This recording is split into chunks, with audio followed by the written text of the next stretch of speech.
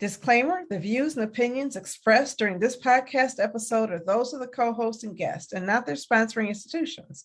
Now, let's start the show.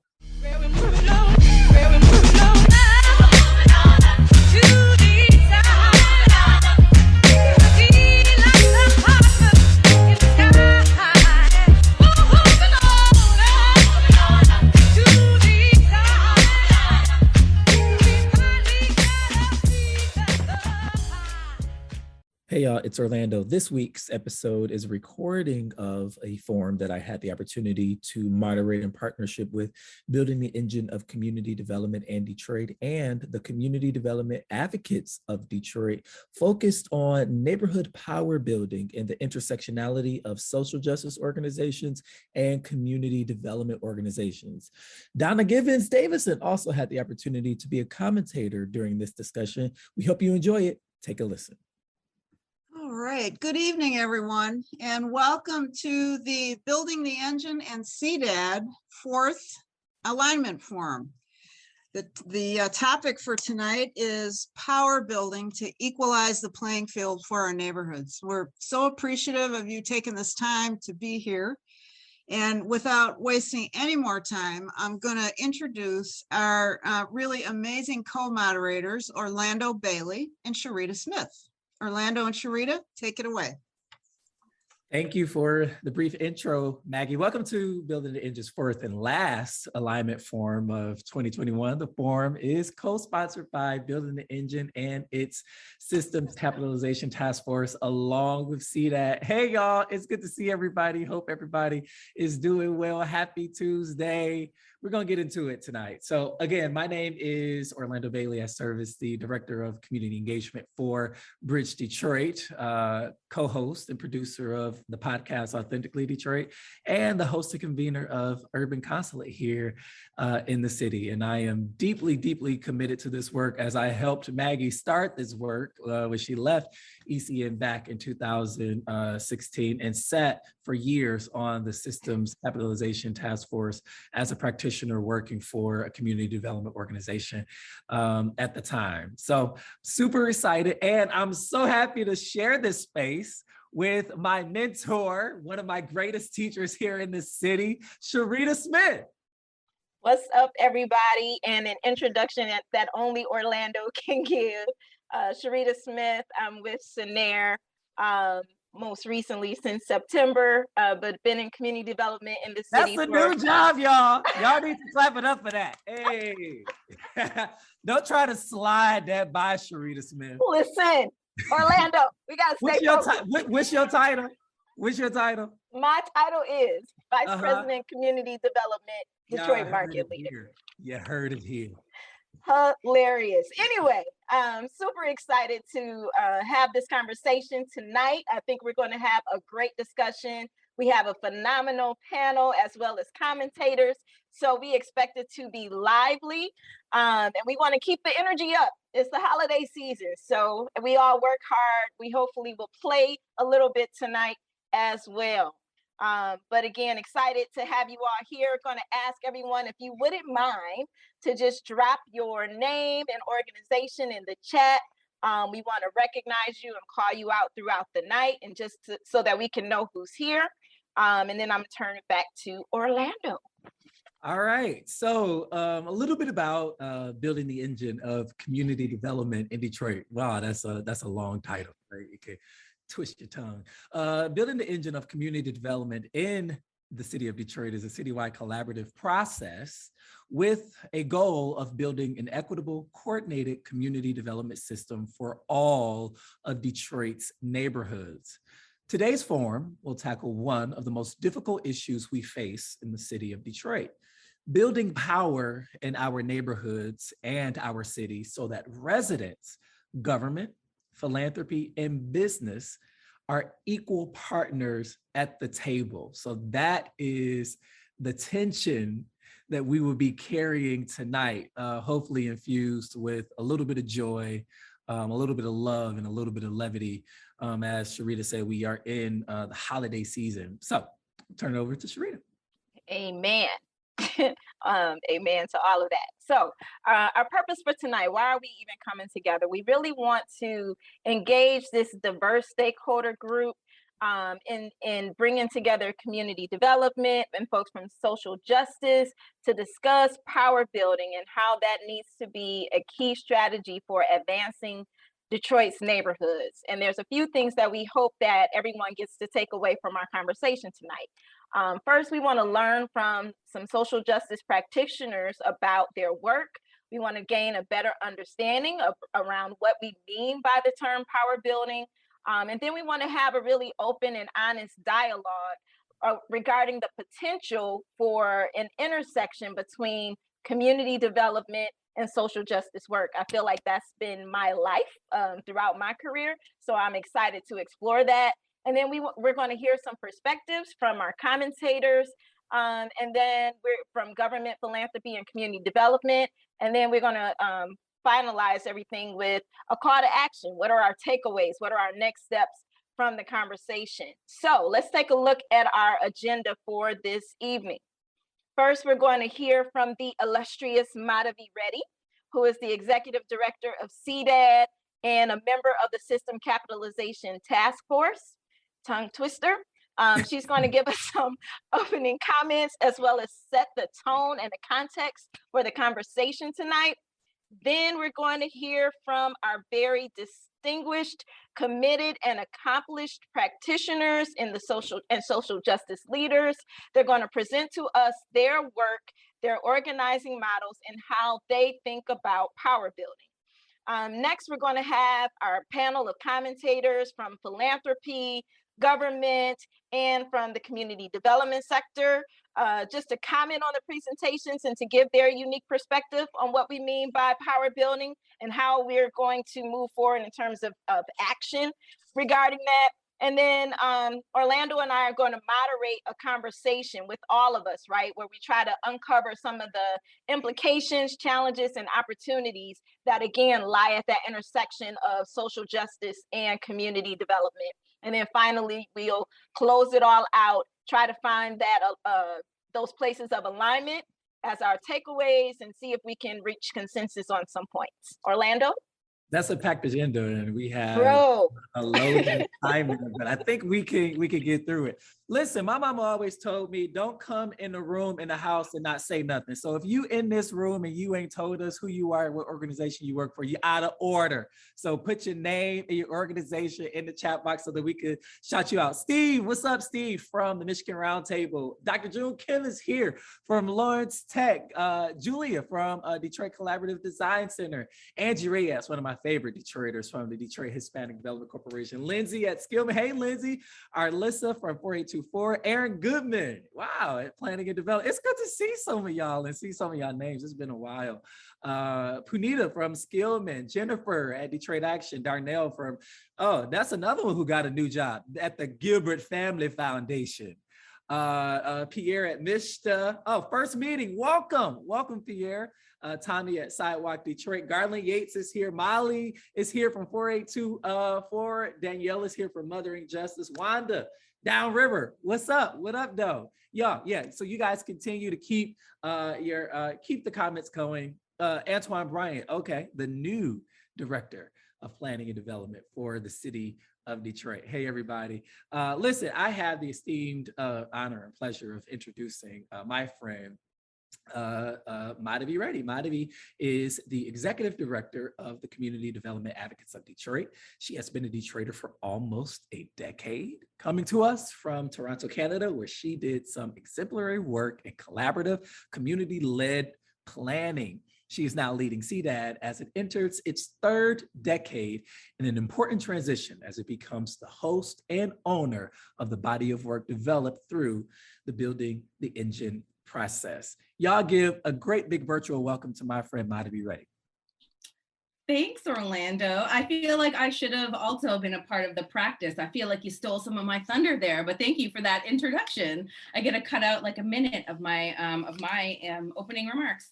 But thanks everyone for being here. It really, hearing Orlando talk about everyone who's in the space, it really does feel like a family reunion. At this point, I'm not going to say it doesn't count that we're seeing each other on Zoom, because it really does count. So I thank you all for being here.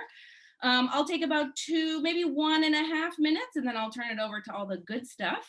But as Orlando said, I'm the Executive Director of Community Development Advocates of Detroit, which is a community development membership organization.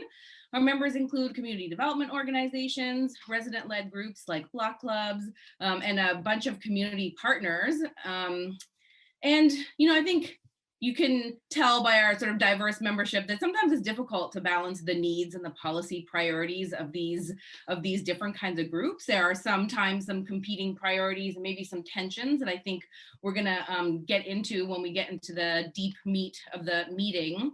But we work to support all of our members and to build neighborhood power through our capacity building work, community engagement, strong neighborhoods work, and public policy and advocacy work. And now, as Orlando said, integrating building the engine into CDAD through what we're calling our system building work.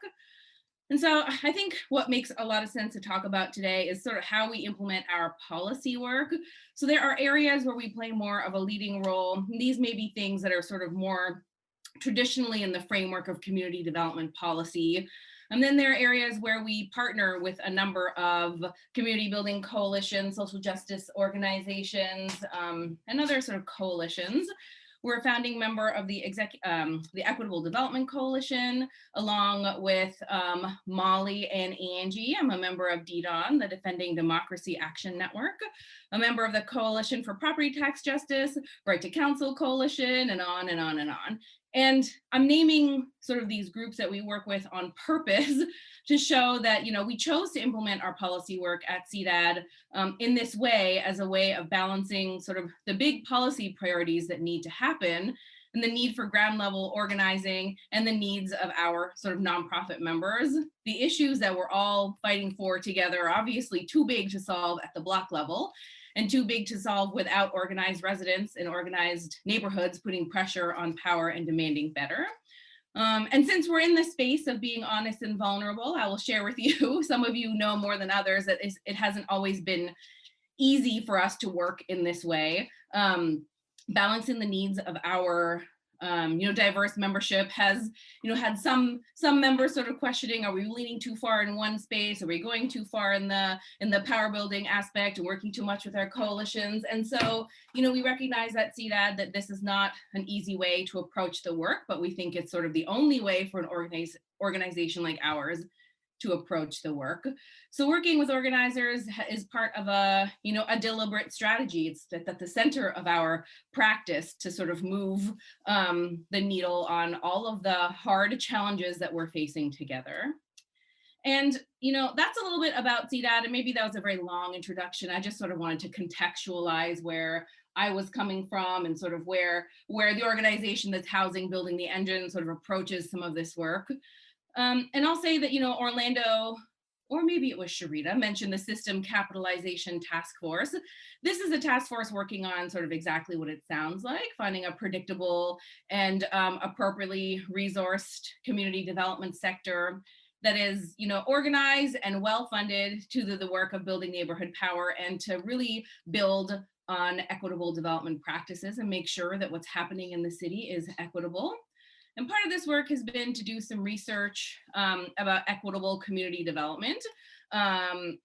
Garland Yates, who many of you know, is on the call, and he's been working with us as a consultant and done some of this research where he's identified a number of key strategies that can lead to more equitable development. I think we've started, now I'm blanking, Maggie, on what we started calling them the key drivers for equitable development. And one of these strategies that came about in Garland's research was the real key strategy of funding power building work at the neighborhood scale, at the county, state, national, and I will add international scale to that. And the relationship between place-based work and power building and organizing is sort of what we want to talk about today.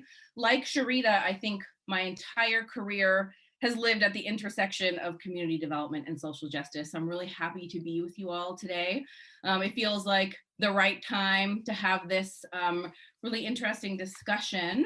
And I think I've gone over my 90 seconds. So I'm going to turn it over to Orlando and Sherita to get to our panel. Thank you, everyone.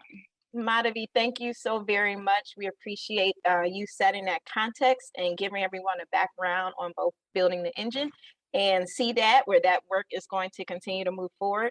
And now I am very pleased to introduce our presenters for this evening, who are going to help us to engage a little deeper in discussion and granting us their perspectives on the topic of power building. So we're going to ask each panelist to take about 10 minutes to respond to these questions. And of course, you can include any other comments or nuance that you want to add as well. So here's what we kind of wanted to hear contextually: what your organization's theory of change is and how you think about power building. What's your organization's community organizing model, some examples of strategy and tactics, what allies you align with, if any. And then we want to hear, of course, about some organizing successes, right? We want to hear the stuff that helps to give us hope, as well as some of the challenges and disappointments that you faced in this work and what you've learned along the way. And then we'd love to hear what your organization feels like you need to achieve even more success. So we'd like each of you to present just one after the other. I'm going to announce you here briefly, and you can go in that order. And so also I'd ask that the audience, so that we can get through the presentations, if you can hold your questions or even drop them in the chat, we will be sure to pick that up when we get to the time for discussion. So first, I would love to introduce Danielle Atkinson. She is the National Executive Director and founder of Mothering Justice, which is an organization all about empowering mothers of color. Next, I would like to introduce Jennifer Disla and Branden Snyder, who are co-executive directors of Detroit Action. Their organization is about building power for workers and Detroiters. Next, I'd like to introduce Angie Reyes, my former boss, the executive director of the Detroit Hispanic Development Corporation. And they're all about creating life-changing opportunities for youth and families. And then finally, we're going to have Molly Sweeney, who is the director of organizing, and Arlyssa from 482 Forward, an education justice organization, and Arlyssa is a parent leader and education organizer. So Danielle, feel free to take it away. Hello, everyone. It's so nice to be with you. I did not write down the questions though. Like, I don't know if that slide can go back up, or I apologize, or you can drop the questions in the chat. I appreciate it. Thank you. So Mothering Justice is an organization. We work on issues of financial stability for mothers of color, or we are trying to change the world with babies on our hips. Our theory of change is that there is a embodied wisdom in all of us, and that mothers, especially mothers of color, are disproportionately affected by bad policy, and that they should be at the decision-making table to change and to use their lived expertise as the wisdom to inform policy that will change the world. We believe that that the world was built, this country was built on a model that never had us in mind. And if it did, it was free labor. And so we have to dismantle and deconstruct this country to build back something that resembles a home. So that's the umbrella idea for the work that we do. We think about power building as essential to change. We know that we live in a world that is extremely isolating, and also very often blames people for their problems as opposed to looking at the systems. And so in order to do that, we have to build a home, a political home, a community of people to reinforce and continuously echo the narrative that we are worthy, we are this country, and we deserve a spot at all the decision-making tables. I'm sorry, my children are now rioting at the door. And then, okay, so our model. So we organize moms where they are. We know that this is long-term work. I think it's extremely important to understand that in many instances, we're asking mothers to take time out of their days, their hard, long days, to work on change that they might not see in their lifetime, right? Or the lifetime of the hardest part of their lifetime of raising children, or asking moms with very young children who are participating in an unjust society, a society that's not meeting their needs, to then take time away from that and work with us in changing it. And we do that. We try to factor into our work meeting people where they are at this moment and the needs that they have at this very moment. And so that looks like, yes, can you come speak to this? But also, can we have food? Can we offer childcare? Can we work on something right now that can change your life, like brake lights or baby boxes, or something that is going to give you joy or free you up a little bit to find joy in your day right now, as we are continuously trying to change things. We work with a lot of different people, right? We work most closely with people who share our theory of change. So a lot of people on this call are our allies, and we go to them to coordinate, to collaborate. Our memberships are very often shared, and our leadership is very often shared. So it's important for us to work inter-issue, right? We believe that women, people of color, do not live single issue lives. So that means that our work has to be intersectional. We don't work on education issue, but obviously children go to school, right? We are an organization of women of color, but we are primarily Black women. So we reach out to organizations that have a specific focus that is in line, and walk with them in their mission as we're doing things together. Some of the organizing successes, we were responsible for increasing the minimum wage in Michigan. I want to say in 14 years, all fly by at this point. We also established a paid sick day law in the state of Michigan. And I think you turn that coin over, and those are also our disappointments, right? So a lot of time in organizing, we are progressive folks. We are trying to build a world that is radically different. And our successes are smaller definitely than our vision. So we wanted to raise the minimum wage to $10 an hour. We think that's a bare minimum, and that's not what we got, right? And then we wanted to establish an earned sick time law. We did not get the earned sick time law that people deserve. It is better than it was, but it's not what it should be. We also worked with breastfeeding advocates to run an accountability campaign to a company called Medalac. They wanted to come into the city of Detroit and pay mothers $1 an ounce for their breast milk. This is disgusting.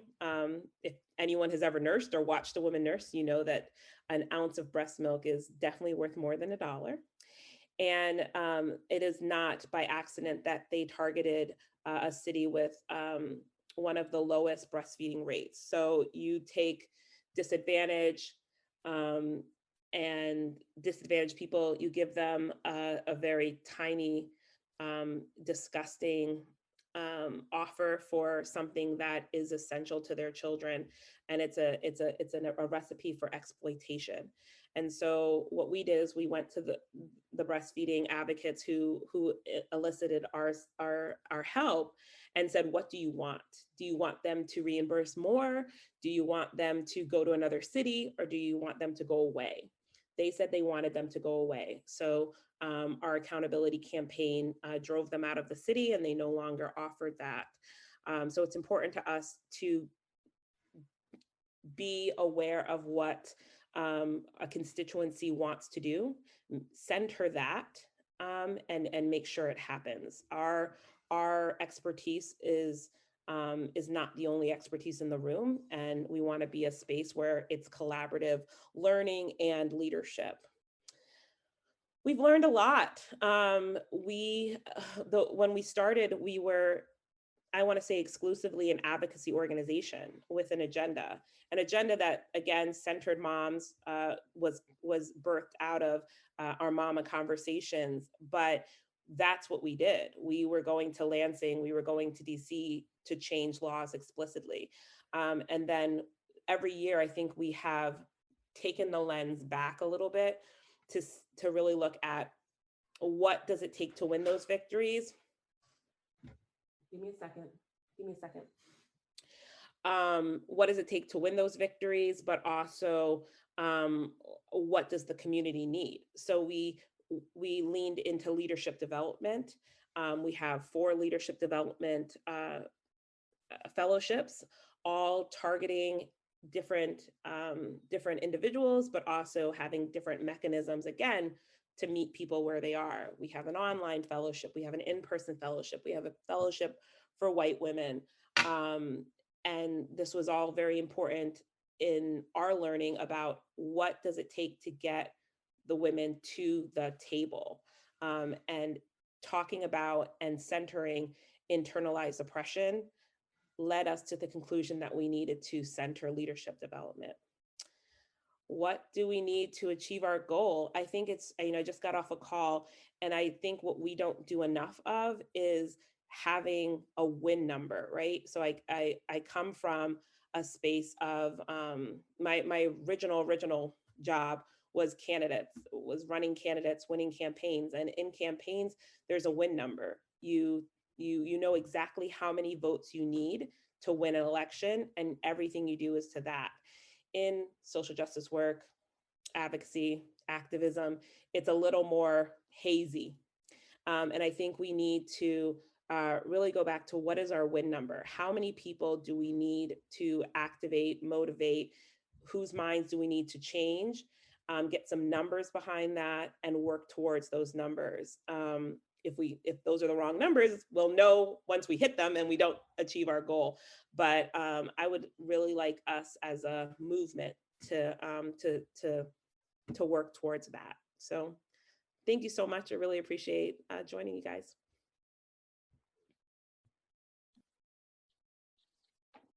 Thank you so much, Danielle. And we can just keep going to the next presenter. Jennifer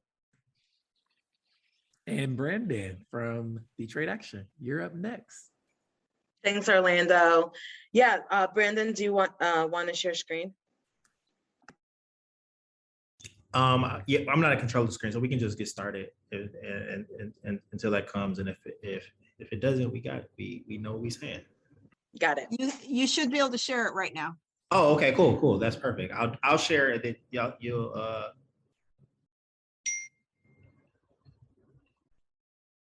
While they work on figuring out how to share the screen, I want to do a shameless plug to the Authentically Detroit podcast, where we interviewed Branden Snyder just a couple of weeks ago about the amazing work that they're doing at Detroit Action. And just another plug, this forum will air live tomorrow on the Authentically Detroit podcast as well.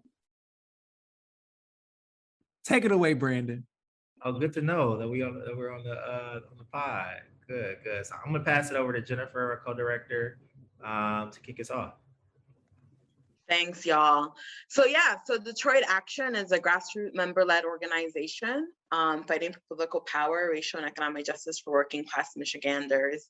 And we take a lot of pride in the different vehicles that we have as an organization. Next slide.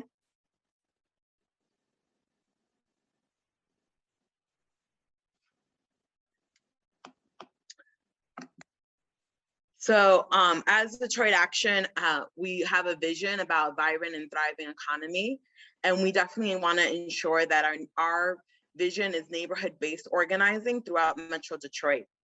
We really focus on developing authentic relational relationships in organizing in order to build power and affect change in our state, our city, and our neighborhoods. Our values stem from ensuring that we're centering the most impacted, that we have leaderful movements, holistic organizing, and intersectional and interdependence, as well as an anti-capitalist and anti-racism world, anti-imperialism and internationalism, multiple strategies for power, embracing radical politics, abolition, and radical love and tenderness. And we have a way of really ensuring that we are ahead of the game by having a capacity and ability to talk about year-round organizing. Similar to what Danielle had discussed around building deep relationships and long-term work, we want to ensure that we're on the top of the year, we're doing agenda setting, and also ensure that during the agenda setting process, we are setting policy and campaign and political goals for the year and with our members and staff, and have the capacity and ability to really plan thoroughly for our budget fights. We just came out of an election, and we know that with new elected folks into office, we want to ensure that we have the capacity and ability to ensure that we have a budget that stands for us and stands for what our community needs. And then through our budget fights, we gear up for our primary elections by holding electeds accountable. Detroit Action does have the capacity to endorse candidates, and so we take that vehicle in order to endorse candidates and have the capacity to ensure that there's candidates that hold our values during the election cycle. And then we also ensure that we have a high stakes in our general elections as well. And then after all that, we end our year with a debrief and celebration. And so we definitely have post-election appreciations and end of the year staff retreat and planning. And then the biggest thing that, what is our fight about, right? So when we talk about our budget fights, we're really talking about agenda for a new economy, an agenda that has the pillars of racial justice, democracy, and abolition. So when we think about racial justice, democracy, and abolition, we think about housing and neighborhood justice, ending homelessness and displacement, education justice and small business organizing, inclusive democracy, dignity, and justice for all immigrants, and babies over billionaires. And also when we think about abolition, we think about transformative justice and opportunity for all, green economy, and healthcare for all. And what this all stems around is, what is organizing? Organizing is the art of building power through relationships. Those relationships are built one at a time. And again, we really lean really deeply on authentic relationships within the community. And I'm going to pass it over to Branden to walk us through our different cycles of organizing. Cool, thanks y'all. So what up though, I'm Branden Snyder, co-director at Detroit Action. I'm born and raised Detroiter. I moved here, actually I didn't move, I was born here. My grandparents moved here with their parents in the 1940s, in the 1930s to escape white terror in the South, but also for the promise of good jobs, good neighborhoods, and good schools. And unfortunately, that promise of the American dream is, sort of eluded so many folks, like my parents, like my grandparents, due to massive economic and cultural shocks that we've experienced over these last 50 years. When we think about white flight, when we think about divestment, we think about the foreclosure crisis that we've experienced both in 2008 as well as the ripple effect over this last decade.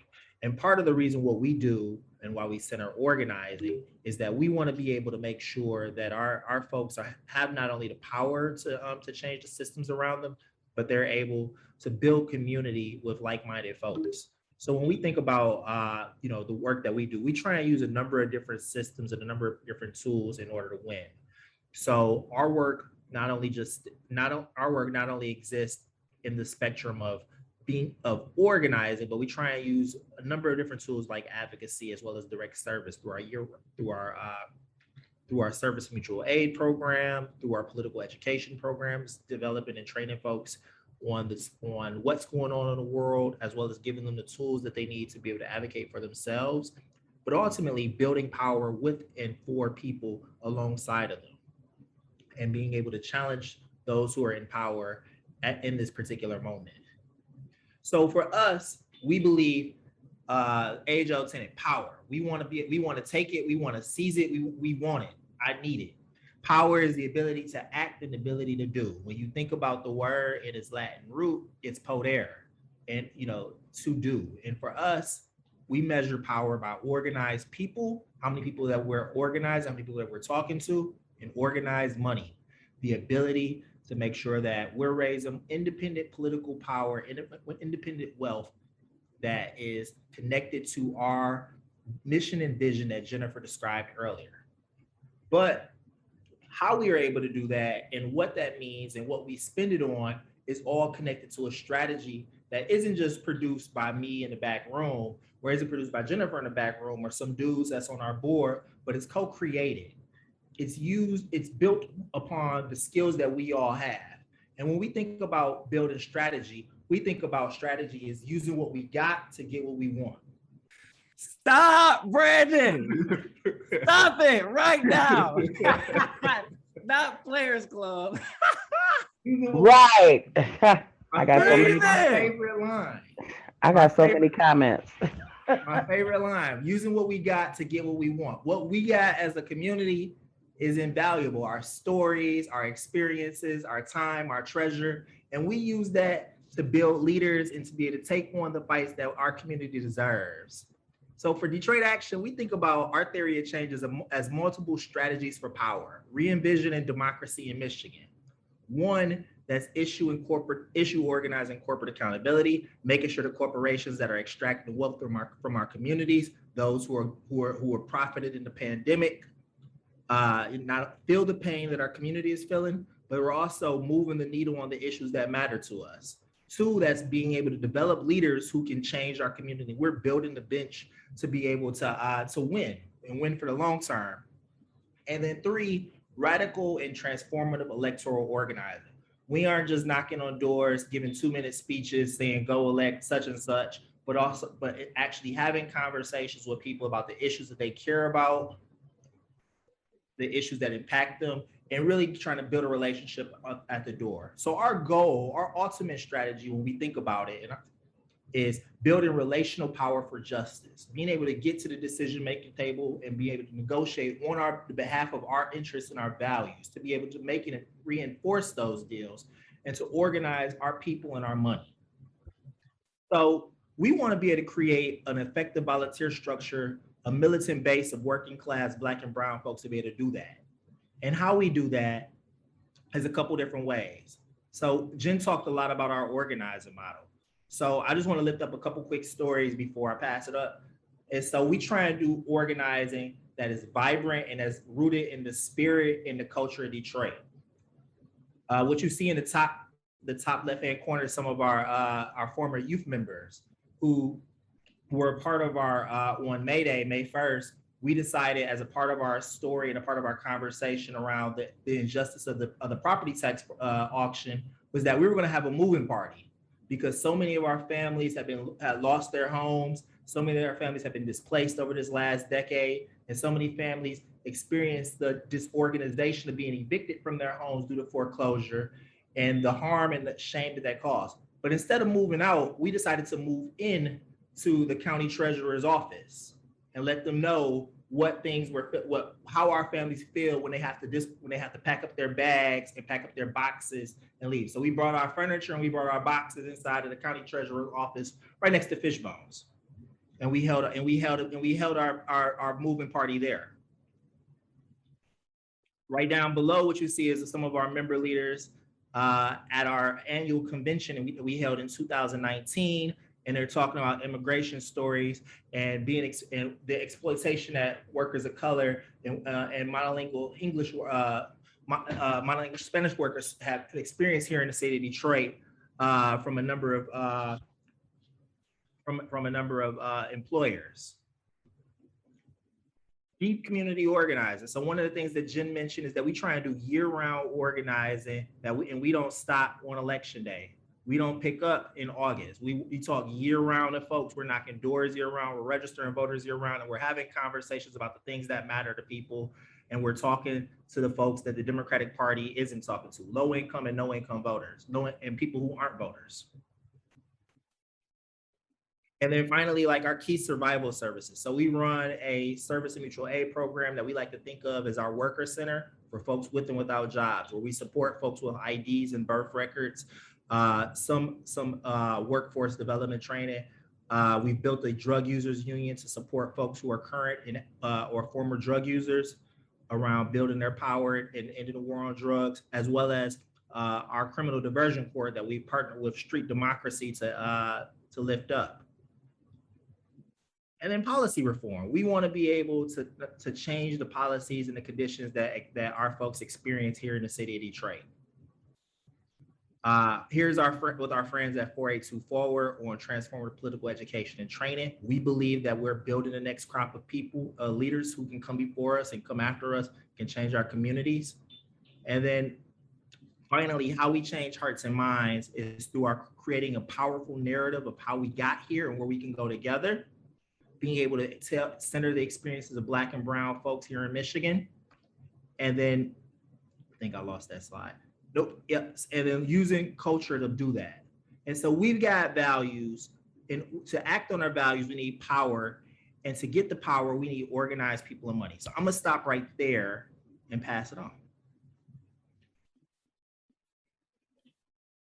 Thank you, Branden. That was great. And Jen as well. And now we'll have Angie Reyes. Lord, that's a tough act to follow. I do not have a fancy PowerPoint or any funny memes, so you just have to do it with me. Yeah, my name, I know, no jokes. My name is Angie Reyes. I am a first generation born Detroiter on my father's side, but fourth generation Detroiter on my mama's side. And actually the middle generation of 7 generations of Detroiters, from my great grandparents to now my great grandbabies who live in Detroit. So Detroit is my home and my heart. And I started Detroit Hispanic Development Corporation it's going to be 25 years ago, really starting with working with some young adults who were involved in the leadership of several rival gangs in our community because there were kids dying all the time. I was going to funerals all the time back in the 90s, and worked with them to form a truce and asked them, what would it take for them to leave the gang? And they said, a job.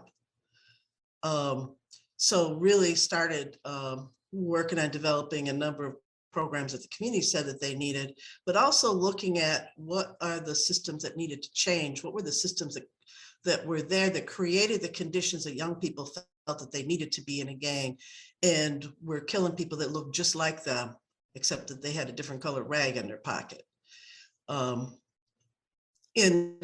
told young people back then that there were a lot of people who were interested in our community. There are a lot of businesses that were interested in moving into our community, but there was only one thing in the way, and that was the people who live here. And the best way to get rid of the people who live here and to destroy a community is to destroy the young people first. And even better is to get them to destroy each other. So really, everything is political, right? Everything is about organizing. It all is tied into systems change. And at that time, we had a dropout rate of over 97% in Southwest Detroit. Our kids were not graduating from high school. They were not even graduating from middle school. And there were no doors on the bathrooms, much less toilet paper. It was just a messed up situation. So we always knew that we needed to do community organizing as well as provide services to people, because otherwise we're going to keep doing the same thing over and over again, years and years later, right? So our theory of change really is self-determination. We believe that by building residents' capacity as agents of change, and self-determination in their own families and communities and schools, that is a fundamental piece to the development of community self-determination and transformation. So giving people the tools that they need to be able to build that change in their own communities, to see what those conditions, how were those conditions created in the first place, and have that understanding in order to be able to make the change. That it's not that there's something wrong with them, there's something wrong with the system, which many of our people believe, right? We also use what we refer to as a healing-centered engagement, which is a little bit different than a trauma-centered approach, because we believe that in many cases, particularly in communities of color, trauma is experienced as a collective impact. It's a collective phenomenon because of the conditions that people are experiencing. So treating that trauma in a collective way is also part of the healing process. Addressing those systems that are causing the trauma in the first place is part of the healing process. And then grounding those practices in culture and self-identity, which is also critical, because that's part of the spiritual and cultural healing that takes place at an individual and community level. So learning to love who we are and where we came from and what our history is, and understanding that we come from a great people, all of our people do, that we're all intersected, that the relationships are much closer than people realize across race, gender, ethnicity. So building all of those connections and understanding of the conditions that we're in and who we are is really critical to the work that we do. So like many other folks, our strategies and tactics are really based on relationship and loving and taking care of each other in our community, and loving our community for what it is and building on the strengths. We don't believe in drive-by organizing, which has frequently happened in our communities, where people come into our communities like 3-4 months before an election, try to do some organizing and then leave. So we believe that the organizing has to take place of, by, and for our community members. So we work a lot on helping our community residents to create that power themselves, which is not always an easy thing to do when a lot of our population in Southwest Detroit are undocumented immigrants and people who are used to living in the shadows. They can't vote and are afraid for people to even know what their status is. So for people to realize that even if you can't vote, even if you're afraid for people to know your name, you can still make change. So helping people to find their voice through collective action has been really critically important. Both adults and young people really realizing that they have that ability to make change. And we do that through giving them the tools that they need to be able to create that change, so that leadership development as well too. And at the same time, never forgetting that we need to address the individual needs that they have, because you can't ask somebody to come to a meeting when they're starving, or when they don't have a house, or their lights are turned off, or they don't have transportation. So you have to be able to address those things at the same time for people to be able to be engaged, to have the privilege of being engaged in community organizing. You have to be able to address those basic needs first, right? And then connecting them to larger groups, because typically, I know in our community, as in many communities, people tend to be very isolated. Many people from Southwest Detroit don't leave the community. They don't know even Belle or downtown. So getting them to connect to other communities across the city to create that collective power. We know that we cannot make change by ourselves, but we also know that one of the scariest things in this country is when Black and brown folks get together and have white allies. That scares the shit out of a whole lot of people. And we know that because they're taking action to stop it from happening right now, right? Because that's one of the most powerful things, is when we work together and come together as communities and across communities. So some of our successes have been some at the small level and some bigger. So helping parents to organize at the schools to get bilingual front office workers so that when they call the school or there's an emergency at the school, somebody can actually talk to them and tell them what's going on, to get bilingual teachers in the schools. That, as Molly said, we are founding members of 482 Forward. So the education organizing has been really, really critical and important in our community. And being able to go to kids' college graduations and high school graduations instead of their funerals has been one of the biggest successes I think that we have experienced. And then connecting with larger groups on the education reform that we were part of the coalition to make sure that we didn't lose our Detroit public school system. And that we had an elected empowered school board with an actual educator as the superintendent rather than being under state control, I think was a really hard fought battle that we did together with a whole lot of people, and was, I think, one of our biggest successes, but is still an largely unfinished success. So there's still a lot of work to do. Some of our lessons learned is that our community and people that are doing the organizing are also living in the trauma, the day-to-day trauma that everybody else is in. So we have to take time to do that self-care and take care of each other. Collaborations are really, really, really hard work. And being patient with each other, working across communities sometimes is very rewarding and sometimes is really challenging. Change can take a really long time. I've been at this for 50 years because I started as a teenager. And some of the things, we've made a lot of progress, but I've also seen a lot of stuff go backwards.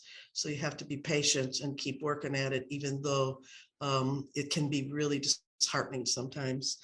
And finally, I think, especially because I started as a teenager and now I'm an elder, is that it's so important for elders to step aside and make space for young people to be able to lead and to not only step aside, but to be there behind them, to guide them, to support them, to nurture them, so that they're not going to fall on their face and they're not going to make the same mistakes over and over again. And then we also recognize the elders and the people whose shoulders we stand on, because there are a lot of people who have died and fought for where we are now. So, and I will end there. That was powerful, powerful, powerful. Thank you, Angie. And then we're going to close the segment out with the presentation from 482 Forward, Molly and Arlyssa. Hello, everyone. I always love it when Angie Reyes speaks because I always learn something. I mean, she is just so awesome and she's just so humble. Oh my goodness, I just learned so much from her and I appreciate it. Hi, everyone. My name is Arlyssa Hurd. I am 482 Forward. I am a parent, first and foremost, but I'm also one of the founding members of 482 Forward. And some of the questions that may be answering out of order, pretty much. I'm not really looking at the order of the questions, but 482, just so that everyone will know, 482 is an education organizing network citywide, although right now our reach is statewide as well. 482, if you did not know, stands for, it's the first three digits of all the zip codes in Detroit. Everybody doesn't always know that, but yes. And actually it's so funny because we decided that name sitting right in the offices of Angie Reyes's DHDC. So I remember that well, toiling over what we're going to call this organization. But for starters, one of the questions, the start out question is, what is our organization's theory of change? And obviously it's people power. Because without our people, without folks, we are not powerful at all. We believe that it takes people to bring about change. And for us, change it starts, especially policy change, when we're talking about education and organizing. And so that's one of the main things that we do. We organize not just parents, but students, educators, and community residents. We have as a part of our organization, because we are all impacted. We honestly believe that anything that impacts our families also impacts education. And the reason for that is because anything that impacts families and children ultimately shows up in the classroom. And so someone said it earlier as well, you can't oftentimes address some of these educational issues without addressing some of the other issues that are impacting families and our students. And so that's one of the things we do. What is our community organizing model? Arlyssa, can I add something Hype to it the up? theory of change? Oh, yeah. go on. Do you want me to hype you up? Yeah, no, hype me up. I might need I don't to bring know. down, but anyway. It's 6 o'clock on a Tuesday. So, all right. Well, Branden started it with Players Club. I'm so tempted to quote every line, but I'm not gonna do it. Branden. You shouldn't have did that. But anyway, go ahead. So, I mean, a little bit about 4-H Forward, because I think it gives the context of why we're structured the way we are. So we launched in 2013-14. And at the time, just to give you a sense of like why we believe that parents and students and educators should be the loudest voices in education change, was at the time, Betsy DeVos was the loudest voice, and she still is, in education in Michigan. So context, there were 0 schools at the time that were run by Detroiters. We had the Education Achievement Authority run by Governor Snyder. If you all remember, there were 12 schools in the city, or 15 schools in the city. We had an emergency manager, and we could name many of you could name all the ones that were leading our schools. And we had this influx of charters over the last few years, and communities were asking questions like, what the heck? How do we get to be the loudest voice in the room, not the white men that are coming from Lansing making all the decisions? And really, that's what it was. And that's what it still is in a lot of ways. So when we started, there were all these amazing community groups, and you see them on the call right now, like UNI, DHDC, that were engaging families and students and communities, and they were doing community organizing in their neighborhoods. Schools are integral to neighborhoods, and we need to make sure that schools are thriving in our neighborhoods. So we see education as a center of the neighborhood. So these groups were like, how do we impact education? And around the same time, there was, and this is to philanthropists on power, there was a lot of these same organizations who were doing youth development who were competing for funding, which doesn't help us when we're thinking about building power together. So, really it took the visions of community leaders and parents to come together to say, you know what? No, we're going to build a mechanism that trains parents and students to be organizers, because also at the time there was a trend that white folks like me were being trained to come in with college education. We weren't investing in the leadership of people in the neighborhoods. We're going to train those who are most impacted to lead organizing. And we're going to build a mechanism that's going to contest for power with Betsy DeVos. And those organizations launched 4-H Forward. And that really became the crux of our model. And really is like, when we think of our theory of change, it's about building people power to contest for power and make sure we are the most powerful voices when it comes to education in Lansing. And that led us to then launch a second project, which is called the Michigan Education Justice Coalition, which is a mirroring of 4-H Forward across the state. But I'll let Arlyssa talk a little bit about our neighborhood-based organizing model, because it's really similar to unions, because we also thought, hey, Michiganders, we know how to build unions. People understand the power of people paying in. And so we have a model around action teams that Arlyssa can talk about that I think is how we think of where we put our people so they have a place to organize. Yeah, thanks, Molly. So we basically, our neighborhood model teams, actually we have about 4 or 5 of them across the city. And one of the things that I like that 482 does, and I think we do this quite well, is we really like to listen to what folks are saying, so we can understand how we need to organize and what we need to really work on. And I'm saying that because that is exactly how I actually started in the organization, is because I had a lot to say. And they listened, and we listened, and we moved on it. And then here I am, and here we are several parents and students later. and lots of issues and lots of concerns that people have had. We've addressed those issues. We've talked about them, and we're working on them, and we're moving toward that right now. So we have, in particular, one of the neighborhood teams that I am working hard on. I want to just share this. I live in the Hope Village area, and that's one of our action teams. And for instance, one of the things that we were really most concerned, that parents are most concerned about, was the rate of suspensions and expulsions.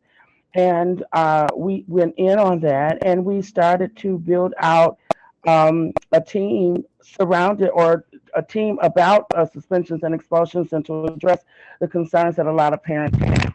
And that's just one of the things we've done. We've also had some of our neighborhood teams. We're looking at the over policing, or the policing in schools, where we're really concerned about. We need more counselors instead of cops. And so that's also some of the things. I'm just giving you a few examples of some of the things that we've looked at as it relates to neighborhood teams. One of the things I think that has been most effective for us, of course, I know many of us are pretty familiar with direct action. And I always talk to people about, we're not just always marching around and protesting. We often like to come up with some creative ways to move the legislators and move people to see it our way. And I think it's a very, it's a very creative thing that we've done. One of the things I think for us, you might want to help me with this, as I can't think of the time frame, but I wanted to just talk about a little bit of some of our successes and some of the things that we've done along the way. Would you talk a little bit about the education legislation for me, please? In 2016. Yeah. And I guess I can back up a little bit, because I think there's some context. So Arlyssa's talking about, we have these neighborhood action teams at every single one of our organizational partners, and we name them cute things like the Brightmoor Education Action Team, or the Hope Village Education Action Team, or the PODER team, Padres Organizando Demanda and Educación Real. And members in the neighborhood pay dues, they name their teams, and they do organize in their neighborhoods. And then we come together on citywide issues. And then we come together with our statewide partners on statewide issues. Well, early on, we came together and we were like, hey, we want our elected school board back. We don't want the Education Achievement Authority. And we want the state to pay DPS's debt, because we were at the brink of bankruptcy. And so we were part of this unlikely coalition that Angie talked about, the Coalition for the Future of Detroit School Children, which really, I think on strategy, we had to really think about how we partnered with people that aren't often our allies. John Rakolta, who is the fundraising director for the Republican Party, who often was and very close to folks like DeVos, we had to ally really closely, because he believed that we should have our elected school board back. And so unlikely allies to be able to get the things done that we wanted to do. That legislation was one of our greatest successes, but also one of our greatest disappointments. And I think speaks to the political power that we need to build in the state to be able to create schools that are publicly owned and of quality, defined, and be able to meet the needs of families. So we ran this legislation, had it all done. I think many of you probably have read about it in the paper or were part of the coalition in your own right. We got our elected school board back. We got the state to pay the debt, but in the last hour of our bill, Betsy DeVos, through her legislative body, the Great Lakes Education Project, paid $1.7 million to our legislatures to strip charter accountability out of the bill, but also to insert a draconian law that if you were in the bottom 3% of schools in the state for 3 years, you must close, which then triggered a series of almost closures the next year, where we had to lead a statewide organizing campaign to keep 35 schools across the state, 27 which were in Detroit, open, which we wouldn't have done without the allyship of the past superintendent of education in Michigan, who was a great ally. So, I mean, this work is really like, I think there's a lot of lessons here as Detroiters, not so goes Detroit as not go the state. We had a bipartisan, very powerful coalition of families, educators, business. Brian Whiston, thank you for calling his name into the space. And we had Republicans and Democrats, and we could not beat the power and the hold on our legislature from folks that really want to privatize our schools. So, for us, this is going to be a longer term fight, both to make sure schools are quality in Detroit, but we know that our fate is tied to the fate of all schools across this state. And there's going to be some big fights coming up, and that we're all going to have to be a part of. Just to give you all a taste of why it's so important for us to build power here. The Great Lakes Education Project is running a voucher ballot initiative in 2022. And we're going to have to fight like hell as Michiganders to make sure our schools are do not have vouchers. So, for us, it is about the little things like parents winning the stop sign outside the school, but it's also about making sure those parents are really connected to the political education and power they need for us to protect what is important and integral to our communities. And it's a broader strategy when it comes to like protecting and building and owning the future of our neighborhoods. So Molly and Arlyssa, thank you all so much. And I apologize for having to cut in because we're about 20 minutes over our schedule. And so I'm going to ask my colleague Orlando to take us into our next segment. All of you, thank you, presenters, so much powerful and encouraging information was heard. Thank you, with respect. Yes, thank you so much. And thank you for the transition, Sherita. I have the pleasure and the opportunity to introduce three people who have walked and worked in different sectors throughout their journey, each of whom brings a perspective on the question of power building. Since we are behind, I'm going to forego reading their introductions, although I love to read introductions, but I think in their commentary, you will have the opportunity to meet who exactly they are. First up, we're going to have Darnell Adams, followed by Antoine Bryant, and so perfectly put, last to close us out in this commentary section is the president and CEO of Eastside Community Network, Donna Davidson. Darnell Adams, you're up. Awesome. Thank you, Orlando. Thank you, Sherita. Wow. I mean, I think this was a very, very, very powerful session today. And I just, having worked in all three of these spaces and now being in philanthropy last, it's like, I understand exactly what, we're all trying to do here. And I understand sort of the needs that will help drive this work forward. But due to time, I would just kind of speak on like what I've heard here tonight. And, the thing that bubbles up, or the few things that bubble up to the top, is like prioritizing the dismantlement of the systems that are causing trauma, whether it's police, education, housing, jobs, capital. And I'm going to say capital, to Molly's point, combating even like capital like Betsy DeVos, who can put money out there that could shut down something that's really positive and needed for people because it benefits them. Politics to me is, I really hate politics. I would never go into politics, but when I think about politics, like it's supposed to be a process by which a group of people make decisions, yet people seem to be not seeing the changes that they're asking for from politicians. It also makes me think like, another comment about philanthropy sort of putting organizations against each other, competing for funding. Like we have to change how funding comes out of the door in order to continue empowering these organizations. The other thing that I really heard that I thought was critical, something that, even my time at Warren Connor as an organizer is like building that army, right? Like organizing people, teaching them what it takes to lead in their own spaces. Like, I think when people are educated and taught a skill, whether they use it is irrelevant, but they have it and they can teach someone else or educate someone else. It's a tool that they have and that they can also they can share. Showing that value amongst all people, I think is also a critical thing to teach each other, because so often we're stuck in our own silos and sort of moving in our own lives on a daily basis, but not necessarily considering what others may be experiencing and sort of the needs that they have as well.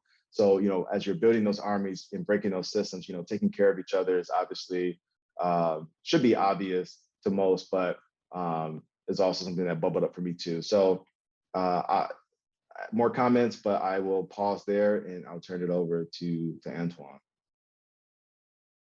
Well, Brother Darnell, I appreciate the relay pass. I really was waiting for you in your new capacity to do a remix of Where the Money Reside. I mean, it's just waiting right there as a layup. Antoine, listen. If it were up to me, I would literally. I mean, and in some ways, it can be up to me. You know, I'm 3 months in today. Today marks my 90 days here. But like, you know, another thing about community organizing and people like me, Orlando, like Sherita, moving out of like community development spaces, like we're infiltrating institutions like this, like Cinnaire, like media, like philanthropy, in order to bring the resources back home to the people that need it. So you're absolutely right. Like I will be working to like not dismantle, but like reorganize institutions like this and pull money back down to the ground. That's exactly it. See how that relay works? So, you know, this ain't my first rodeo. What I will say, and I do appreciate the opportunity for those that don't know, you know, I just eclipsed my 90 days, so I guess they can't kick me out yet as the new planning director for the city of Detroit. Most of my career actually has been in community development. I was a community developer in Oakland, California, doing affordable housing. If you can do affordable housing in the Bay Area, you can do affordable housing anywhere, is what I've told people. And I ran a nonprofit in Houston for a number of years, worked on the private sector as an architect. And actually, interestingly enough, the smallest part of my professional career has been in what people would call traditional urban planning. So, you know, I'm excited to be here in this capacity to work with everyone on this August collection right here, but also more importantly, in the people that we're all collectively looking to empower. That's the framework and ethos that I've shared with our staff moving forward, and it's something that I distinctly adhere to. For those that don't know, I am a native of Brooklyn, and the whole reason I got involved in planning and design was because I grew up in the projects. And my entire time living there, the residents that I grew up with were never included in any decision whatsoever that had to do intimately affected with our lives. And it's with that understanding that I made a pledge when I was a kid that I wanted to be involved in the empowerment not only of my people that look just like me, and how we lived, where we lived, and what that looked like moving forward. Just as Darnell talked about the power dynamic of resources being available, I think from a governmental standpoint, we have a distinct challenge but opportunity to help establish policy, but also direct resources into the neighborhoods that need it most. When I had my interview with the mayor, and some of you have heard this part already, you know, I distinctly said, if I'm going to be the director of planning, then I'm going to be working in the neighborhoods. I'm not going to, you know, do a whole lot in downtown. Downtown going to do what it do. So it doesn't need my attention. And I was like, if that's going to be a problem, I will stay my happy self in Houston, Texas, where I don't have to buy a whole new wardrobe. But, you know, it appears that something that I said resonated, and I came along, and I'm excited that I do have a phenomenal team that has bought into that idea of working with our residents to be able to deliver a city that everyone can thrive. So I'm looking forward to working with everyone here. There was a lot brought up. I want to hear more about radical love and tenderness. That sounded like a spoken word poem coming up immediately. But I think that's something that I think is phenomenal and has a lot of power. And I appreciate the opportunity. And I'm going to hand it off to Donna Givens, who was one of the first people that interviewed me along with my good dear brother, Orlando Bailey. And in spite of everybody telling me I need to be afraid of her, we had a wonderful conversation, and I look forward to working with her in the future.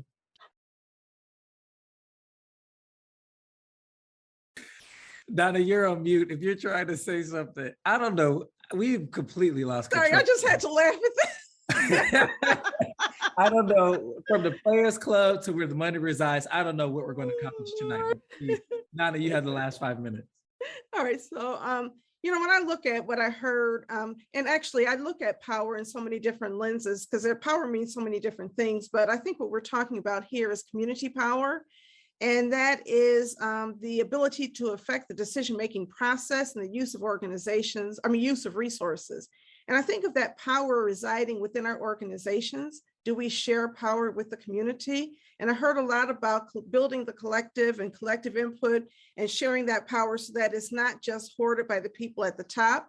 And then with local community institutions like schools and community organizations and nonprofits within the city, and then at a macro level, we'll start talking about policy.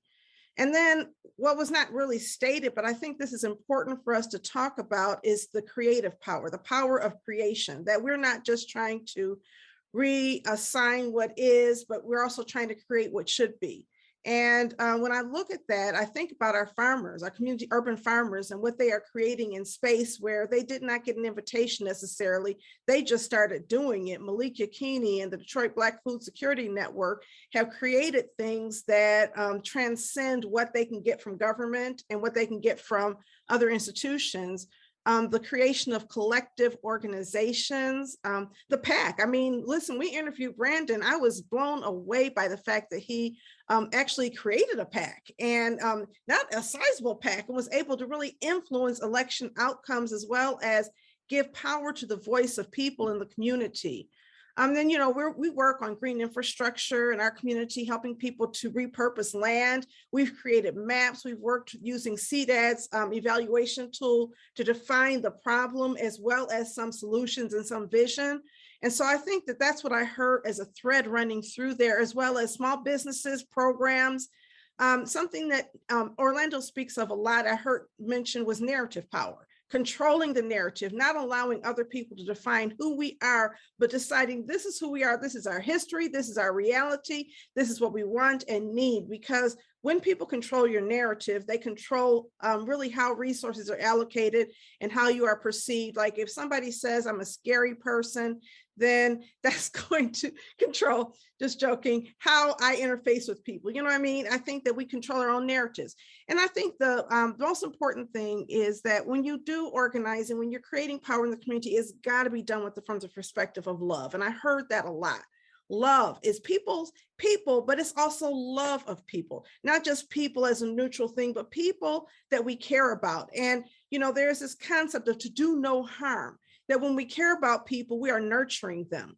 We are investing in them, feeding them, taking care of their children, helping them access the basic needs, resources, protecting them as needed. At times when they don't necessarily have the power to protect themselves, through advocacy and through creating a resource bank that protects them, cultivating their knowledge, cultivating their power, so it's not all on us. And then supporting these people as leaders. I believe that people-centered change is at the center of what all these organizations do. And I'm really happy to partner with so many of the people who are here and look forward to partnering with those that are not at the table. Like, we have not been working as closely with 482 Forward. When I first got to ECN, we just didn't have the bandwidth to make those connections, but I'm passionate about it.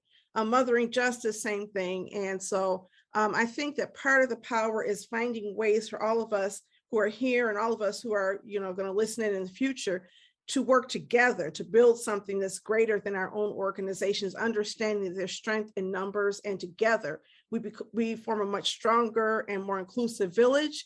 And that we don't all have to be alike. We don't have to think alike. We can actually have different ways of approaching our work, which means sometimes disagreement is at the table, and we have to love each other enough that we can love each other through that disagreement. Woo! Thank you, thank you, thank you. Thank you, Donna. Thank you, Antoine. Thank you, Darnell. And thank you to our panel. Just fire in this room today. And so I can go to the chat. If anyone has a question or comment, you can throw up your hand as well, as we move over into more of our open discussion.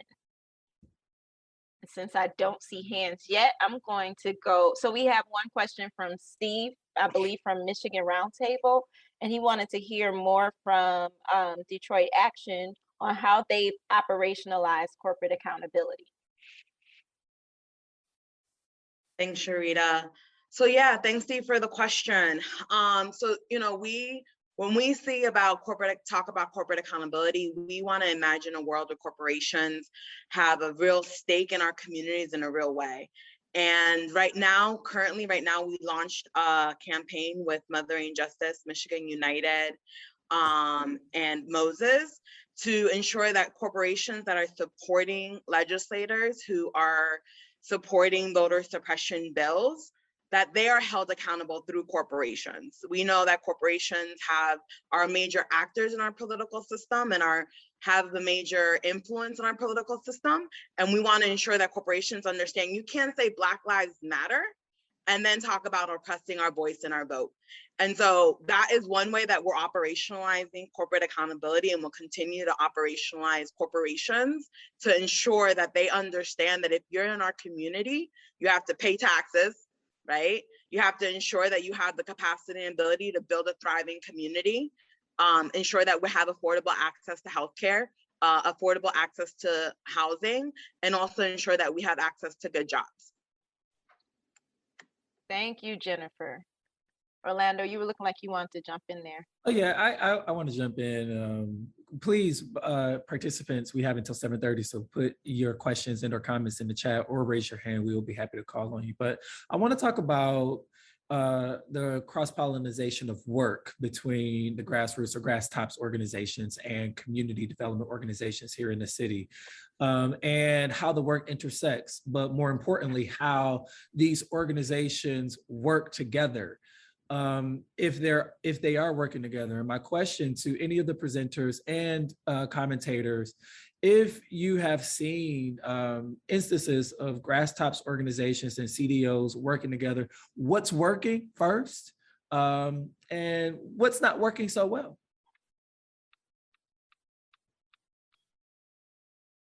Oh, I know this group ain't shy. I would just say that, there's differences in opinion and approaches. And so you have some organizations that really are about, challenging systems and being very direct and very aggressive in how they go about that change. And there's some thinking that if you're not completely with me, this orthodoxy, everybody has to think alike, right? And so you have the enemies list and whatever. And, I think that for some time, we've sometimes worked with organizations that have been like that, but then always known that in their minds, they kind of think of us as sellouts because we will sit down with government or we'll sit down with various people in the community. I think it's important to understand the role everybody brings. And one of the roles that people bring is a role of really shaking the foundations. And when they do that, they create a way for some of us to do our work better. And so I don't know that we always have to work together. I don't know that we always have to engage in mutual respect and trust and be on the same page. Everybody can't be on the same page. When I look at the power of possibility, some people will fight so hard that it makes change possible. The other thing is that I look at those people who are really all about, and people say, well, they're the woke people or cancellation and stuff like that. But I look at them as people who hold those of us who have to negotiate, who have to be in there creating things accountable to our values, because we have to hear from them. They're going to look in on us. So I think we just have different roles to play. And I think that we have to be respectful of the fact that we have different roles without demanding relationship and without trying to marginalize or harm each other, because Donna, it's interesting you said what you said, and I want to bring Darnell in on this because he is here and he's part of philanthropy. And Funita said something around the lines of, opening doors, but also putting a demand on philanthropy as well. And I think we need to call out the culpability of philanthropy when we talk about the messaging that is forced on grassroots organizations and CDOs to coordinate and to have one message and to lean into working together and sort of working through those disagreements to find common ground. Darnell, what say you? And I see Angie's hand and I see Edith's hand. And Cool. Yeah. Antoine's there. Go ahead. So thanks, Orlando. Yeah, still 90 days in, but like from my own observation, working with philanthropy in the past, and kind of where the seat I sit from today, I would say two things. One, I just want to back up real quick to Donna's point about grassroots organizations and traditional CDOs and how they work together. I still think that there is a space where, like, whether it's like some type of mediator, or I think there's still power in connecting the two. I think there's still power working together, aligning, even if it's a opportunity to not train, but just educate each other on like why there are these differences and how they can align in some places. So I just, I think that's there's a lot of power there because there just is. But from Orlando on the philanthropy side, I think that philanthropy has often sort of, like to your point, forced this collaboration, wanting folks to work with one another. But, like Donna said, sometimes they're just different, and that's okay to be different. And I think we have to be, we being the collective we of philanthropy, we have to be okay knowing that not everyone's going to be the same. From the Gilbert Family Foundation and the Rocket Community Fund side, that's how we try to live on a daily basis. We try to work directly with organizations rather than trying to force everyone into a tight, a neat bow tie and say or like, this is what you're doing, this is how it's going to be, this is what the problem is, we all need you to work towards it. I think we absolutely need to just recognize that people are organizing based on the needs that they identify in their space, and that is exactly, that's perfectly okay. We don't need to continue forcing the narrative. So yes, philanthropy needs to continue educating itself and also continue just working one-on-one with organizations, building relationships one at a time, and not forcing a whole system to work collaboratively when it doesn't fit well. Go ahead, Angie. Thank you, Darnell. Yeah, I wanted to kind of go back to the question about the tension between social justice organizations and CDOs. And I think if you go back not that far in Detroit's history, pretty much all the CDOs, with very few exceptions, across the city of Detroit were all white run, with very little accountability or input from community residents and people of color. And I think that there's still some remnants of that, although we have come a long way. There's still some remnants of that in our city. So those organizations that existed did not see a role in social justice. They were kind of antithetical to the social justice movement at the same time, and we were putting pressure on them. I remember trying to call a meeting in Southwest Detroit with all the CDOs and all the community leaders. You could have drawn a line down the middle of that room, and it was all white on one side and brown and black on the other. It was so pronounced. So I don't think that we've completely overcome that. There are many CDOs now that have more of a social justice perspective and are working really hard to make change and see community development as an issue around equity and equality, but there are still some who don't. It's really about the money. So it's holding those organizations still accountable, making sure that the development that they're doing is reflective of the value and the needs of community residents is still a struggle.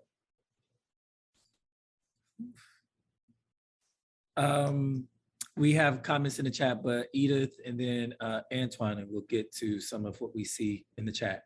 Edith, you're up. I just wanted to add on something Donna was talking about, like what we might find is groups that are like totally opposite to us, or we might find difficult. And we do have one group like that on the east side. And I decided to delve more in the relationship with them and thinking about my lifetime of civil disobedience training. So they have a purpose too. And I have been at meetings with city officials and different people, and they're complaining about this group. And I'm like, well, you know, they're young people. You're not listening to them. They're educated. They know what they're talking about, and you need to listen to them. You know, and I'm not going to tell them they're wrong, because I was doing the same thing they were doing and probably arrested more times than they have been. So I have them. My neighbors call me the queen of the Eastside. They are my army. They are the prime ministers. They make law for all. They are there to create the law and the policies and how society is going to change for us now. I have my power of being older because they know I vote. They know I'm going to go get money out of my retirement account and get them out of jail.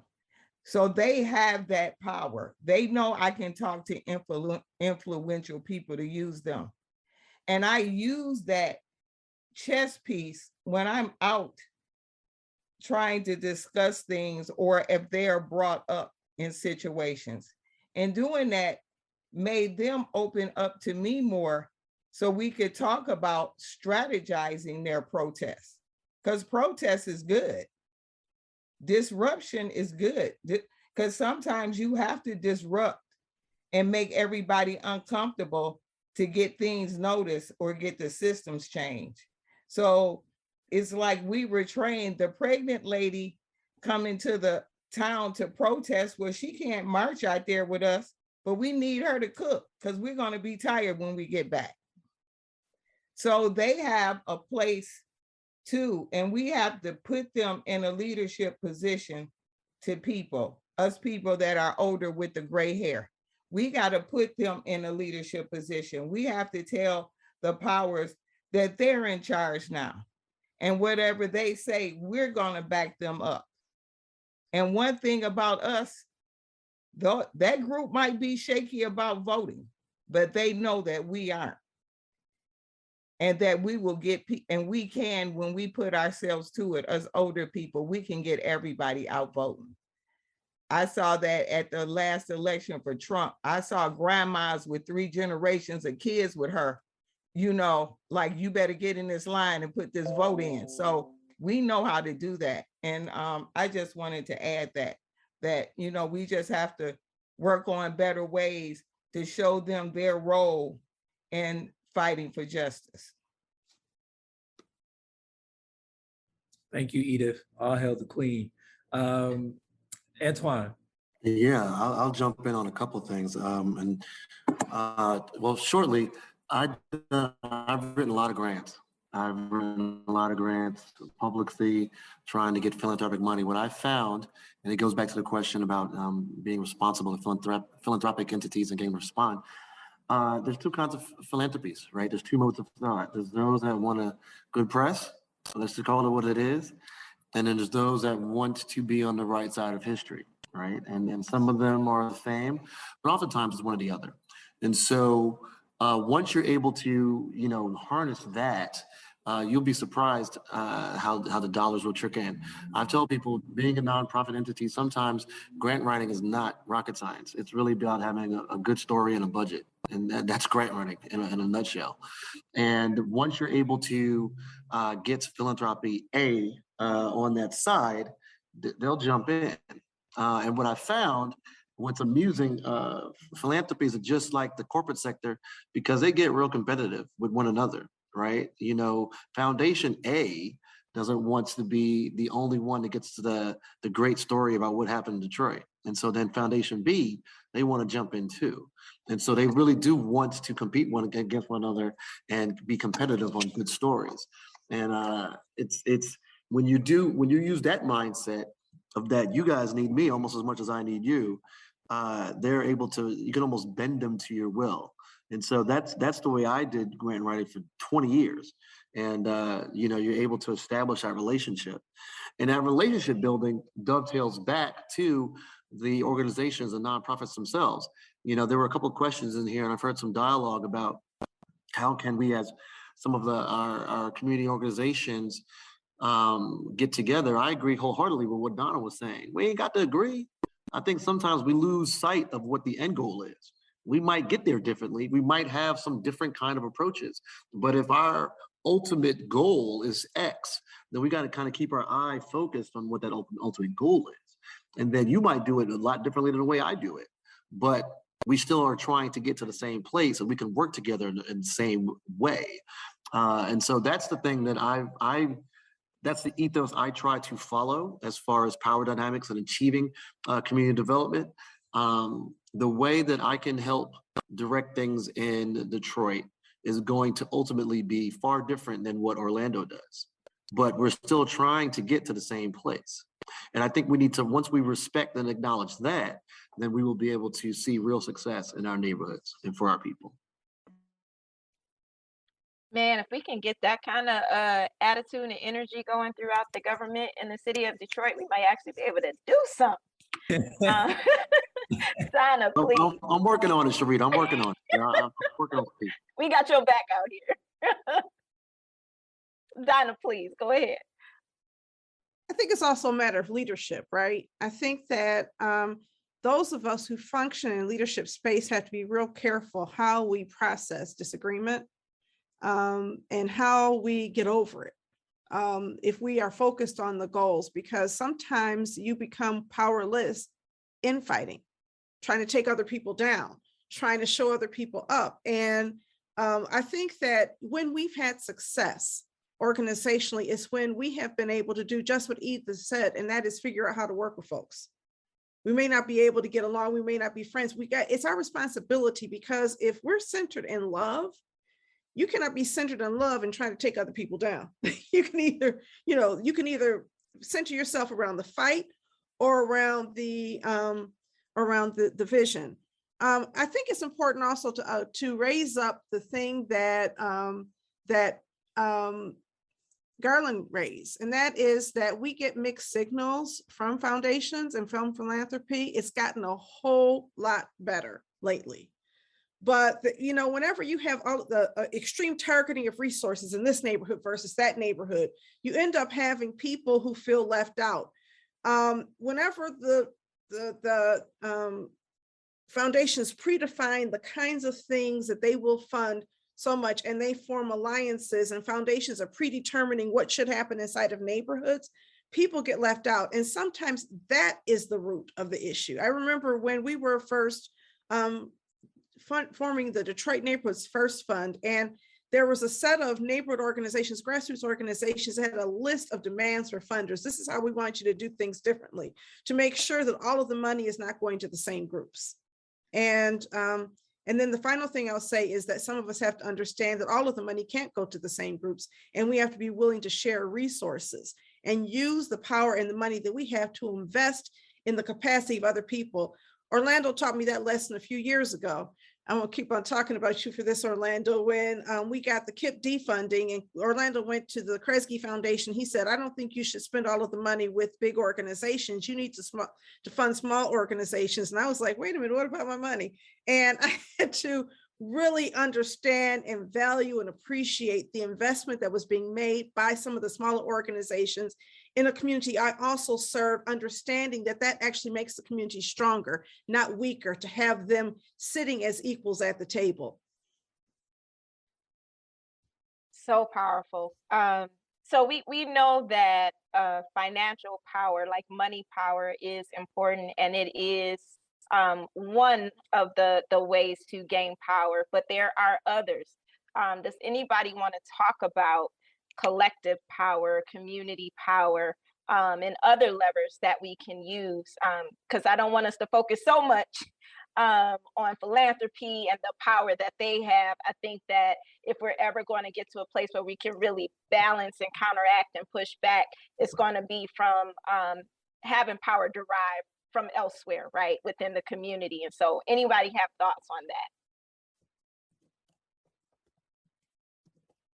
I'm gonna start calling out people like Molly and Angie. My goodness. Angie, go first. Sure. I think that collective power is probably really critical to the work that we're doing. There is nothing that we can accomplish, or very little that we can accomplish, without working with allies and partners across the city, across the state, across the country. I mean, we realize that in the Latino community in Detroit, because we're small compared to the rest of the city, right? And if we really want to make change, we really need to have the rest of our brothers and sisters across the city working with us to form those partnerships. But one of the things we realize in this process is that, you know, at those of us at the grass tops talk to each other all the time across organizations, but our community residents, not so much. And a lot of times when we did try to bring them together, they were afraid of each other because they had not interacted with each other before. You know, so we have to be able to be really intentional about how we do that and not forget that the average residents in our city don't really have that opportunity to move out of their community and engage with people who may not be exactly like them. So we have to really work on that a lot harder than we have. I think I like what we, oh, go ahead. No, go ahead. I like what we've been doing over in our neighborhood. Like, I work with ECN, Genesis Hope, Church of the Messiah, the Villages CDC. Like, we all have like little funds we can do stuff for people. We get together and put all that money together and do something a little bigger for a person. And when we were at an event all together, like our Halloween event in the neighborhood, the neighbors noticed that. And they made comment on it that they were glad that we finally started doing stuff together. And it made them feel a little bit hopeful that that shows that we're representing them and they have more power. And in turn, they're speaking out more. And even this holiday, people that we have given money to help with their bills, they don't have any money, but they start coming in with donations, $30, $25. They want to be a part of it. They want to pay it forward. So like, there is power in our unity. There is power, and we got to teach people that the powers that are evil, that be, don't want us to get together. Just the point that we're getting together and doing what we're doing, that is powerful. That's so true. Community is from common and unity put together. Yeah, That's it's so the people are at the top. The government is, they work for us. And when they see that, that gives them power, and their voice, they start speaking. They speak on their trauma, they speak on their needs, like they just start telling you everything. And I love working with my sisters and brothers on the Lower East Side. Like, we have too much in common. And the little things that we have as differences, we have so much work to do, and people in such need that our little differences are meaningless. That's and we so good, just we just overlook that and do the work. And that helps empower us with government too. It helps empower us with foundations when they look at us and see us more unified. I just also want to point out that knowledge is power. And a lot of us have the opportunity to I go to all of these trainings and learn from other people. And the question is, how do we systematically make sure that the people in our community have the same access to that knowledge? So we started a couple of years ago a sustainability fellowship program where we were investing knowledge in these community leaders, residents in the community, believing that if we could change their knowledge, increase their knowledge, then they could pass it on to their block club, the people in their block club. And then after the fact, or as part of this process, we invest in a project fund where they get between $3,000 to $5,000 to implement a project of their choosing. And that project fund is administered by the LEAP Coalition, selecting. And so it's a whole coalition of people building the capacity of people in the community where they can function as leaders. And it's been remarkable to see how people have taken that small amount of money, relatively small amount of money, $3,000 to $5,000 to do transformative work, and then continue building on that. So I think, land acquisition is power. Being able to improve the lot next door to you is power. And I believe that when we look at power, we need to figure out the tension between change what you can and then change what you can't. Yeah. Thank you, Donna. That's so good. I want to make sure I give Molly an opportunity to speak, please. Thanks, Sherita. I was going to add to what folks were saying that, you know, when we have, so relationships are core to building power, and that means relationships across age, across neighborhood, and that only strengthens the solidarity and relationships and political understanding of folks around shared enemies. And it strengthens our power, at least in schools. A great example is like our folks from the Eastside and Brightmoor would never have shown up at a board meeting alongside Spanish speaking parents demanding that there be translation and understanding the need for that.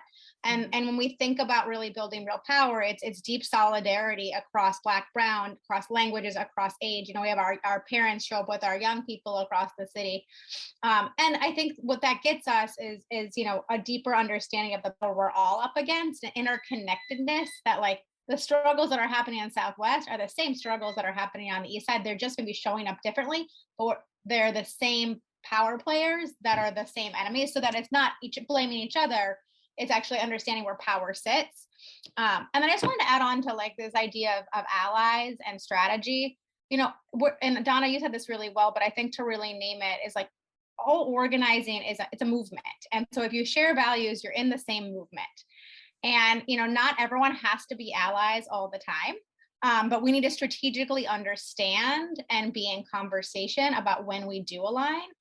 And for me, and like for our organizing, like there's not really any, besides the people that are really to blame, there aren't any people that are off limits for who's our ally. The point is to actually get the things done for our communities. And that takes, to Donna's point, that takes like understanding when we like maybe really hate someone, but like we need to work alongside them because that is strategic and powerful. And as leaders who understand and have access to power, we have to be able to coach people like, yeah, you're going to have to sit next to someone you don't like.